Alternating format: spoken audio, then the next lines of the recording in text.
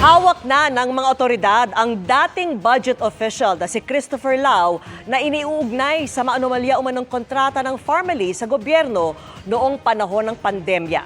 At nakatutok si June Veneracion. Halos isang linggo matapos isyuhan ng korte ng warrant of arrest, inaresto ng PNP CIDG sa Davao City alas 11 ng umaga si Attorney Lloyd Christopher Lau.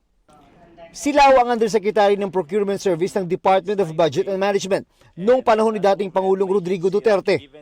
Kaya naging sentro ng investigasyon ng Senado kaugnay ng maanomalya umanong kontrata ng Pharmally Pharmaceutical Company noong panahon ng COVID pandemic. Kahapon, nagbantay ang mga tao sa bahay niya, subalit hindi siya umuwi. Kaya kanina lang siya na-arrest, kaninang alas 11 ng tanghali. Sumailalim siya sa booking procedure sa opisina ng CIDG Region 11.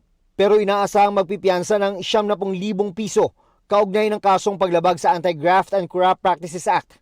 Ang kaso ay kaugnay ng pakikipagsabwatan umano sa ilang opisyal ng gobyerno kasama si dating Health Secretary Francisco Duque III na nauwi umano sa pagkawala ng higit 1 bilyong pisong pondo noong COVID pandemic mula March hanggang December 2020. Lahat naman ng may warrant of arrest, kailangang ikulong, idaan sa booking process at pagkatapos ng ikukulong hanggang hinihintay yung kanyang order ng korte na siya ay pinalaya ulit because of his bail.